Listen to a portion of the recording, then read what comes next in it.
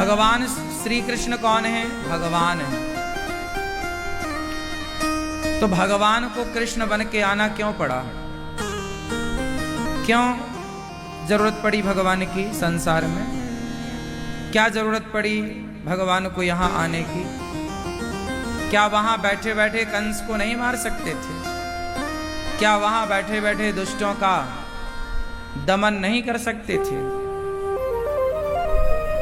क्या जरूरत थी श्री कृष्ण को वैकुंठ से मृत्यु लोक में मनुष्यों की लीला करने की?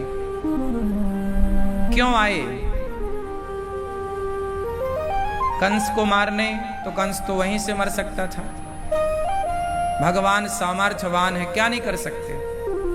क्यों अवतार हुआ भगवान का? आप उत्तर देंगे? भगवान का अवतार क्यों हुआ? हाँ, धर्म की स्थापना। ठीक कहा आपने। क्यों हुआ? ठीक है, क्यों हुआ? धर्म की स्थापना के लिए। ठीक कहा आप सबने। क्यों हुआ? भगवान का अवतार क्यों होता है?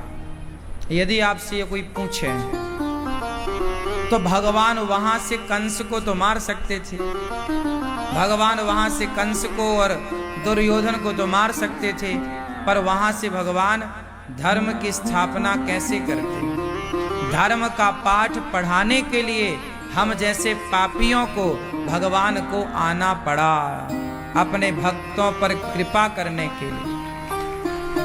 कुछ भक्त हैं जो प्रभु का दर्शन चाहते हैं, उन भक्तों को प्रभु ने आकर दर्शन का लाभ दिया, सुख दिया। जब बहुत सारे पुण्यात्मा इकट्ठे हो जाते हैं, अच्छा ये बताओ,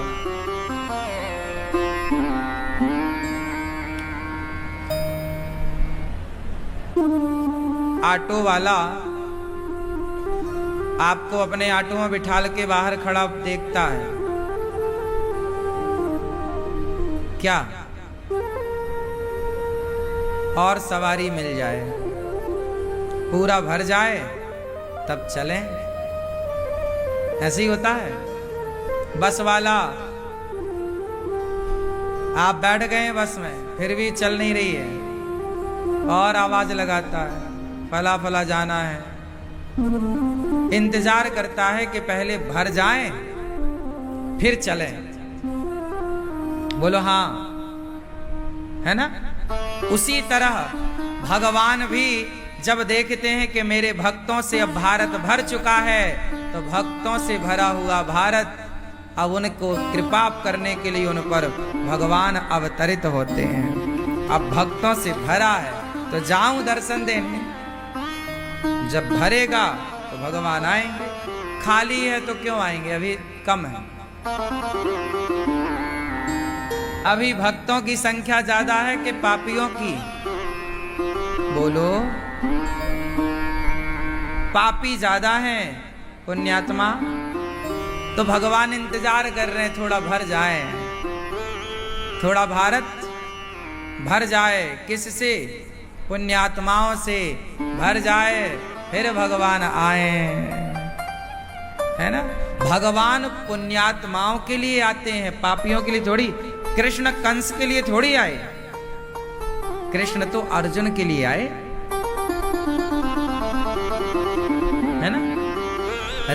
राम रावण के लिए थोड़ी आए, राम तो भरत जैसों के लिए आए, शबरी जैसों के लिए आए, केवट जैसों के लिए आए हैं। राम केवट के लिए आए हैं, शबरी के लिए आए हैं, जटायु के लिए आए हैं।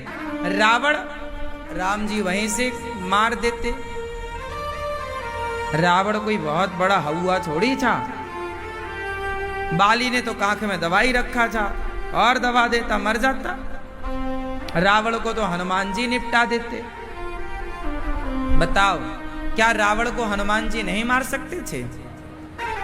क्यों मैया? बोलो मेरी मां। राम के जमाने में पापी लोग ज्यादा थे कि पुण्यात्मा? जोर से, जोर से। राम के जमाने में पापी कम थे। पुण्यात्मा, जब अच्छे लोगों भक्तों की अधिकता होती है, जब अच्छे और सच्चे और भक्तों पर अत्याचार बढ़ता है, जब गाय पर, ब्राह्मण पर, संत पर, भक्त पर अत्याचार बढ़ता है, तब भगवान उनके लिए आते हैं। और जब देखते हैं कि धर्म डगमगा रहा, तो धर्म की स्थापना, परित्राणाय साधूनाम विनाशाय च दुष्कृताम धर्म संस्थापनार्थाय संभवामि युगे युगे, आते हैं। तो भगवान आए। यशोदा माँ, देवकी माँ ने प्रभु को प्रकट, भगवान जन्म नहीं लेते, प्रकट होते हैं। क्या होता है? भगवान जन्म लेते हैं कि प्रकट होते हैं? जन्म लेने में और प्रकट होने में क्या अंतर है, ये भैया बताएंगे मोबाइल वाले।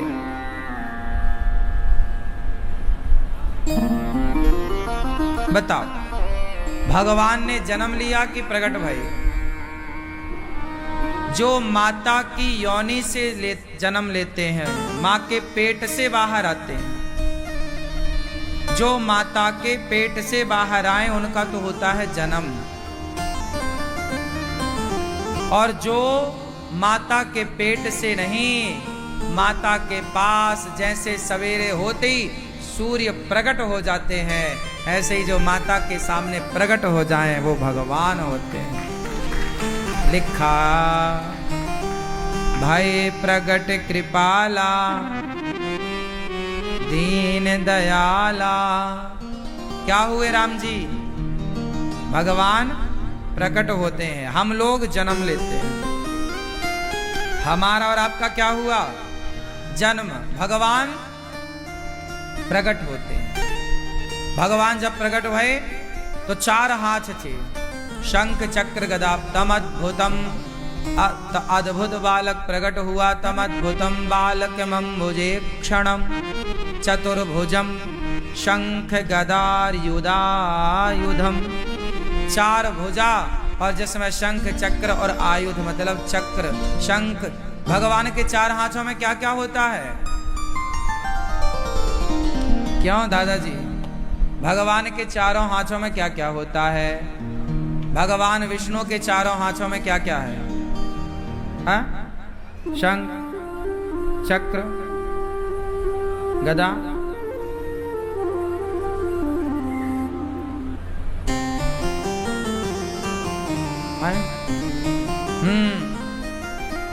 शंख चक्र गदा पद्म, मतलब कमल का पुष्प।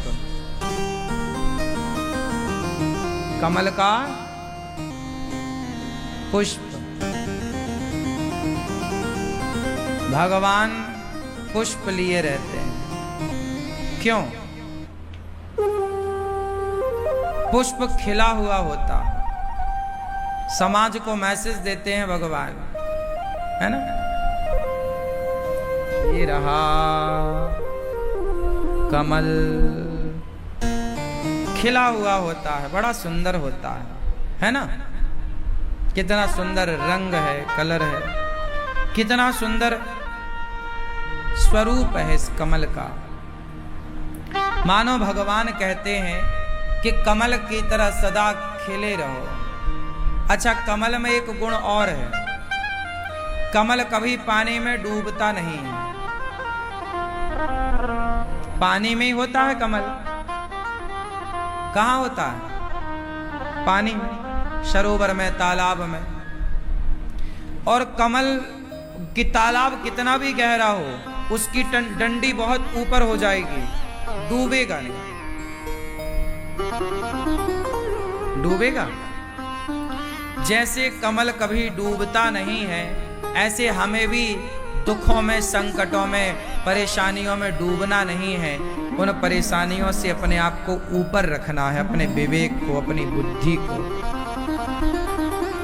शंख, शंख क्यों लेते हैं भगवान?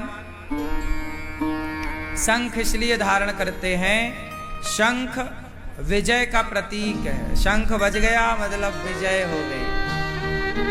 इसलिए हमारे यहाँ रोज विजय शंख बजता है। रोज शाम हुई, सवेरा हुआ, मंदिरों से शंख, शंख चक्र। आत्मरक्षा के लिए हमारे भगवान चक्र लिए हैं। आप सबको मैसेज दे रहे हैं, आप सब भी अपने पास एक एक चक्र रखो।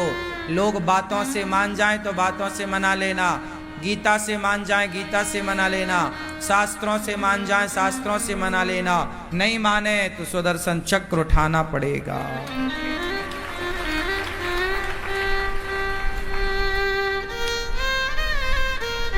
हमारा देश गुलाम क्यों हुआ? क्योंकि भारत के लोगों ने चक्र चलाना छोड़ दिया। यदि चक्र चलाने की जरूरत तो भगवान को पड़ी, हमारे कन्हैया तो बांसुरी बजा बजा के खुश हैं, मस्त बांसुरी बजाते हैं हमारे कन्हैया।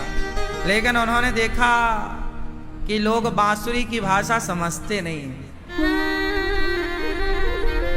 बांसुरी की भाषा समझते नहीं हैं। मजबूर हो गए हमारे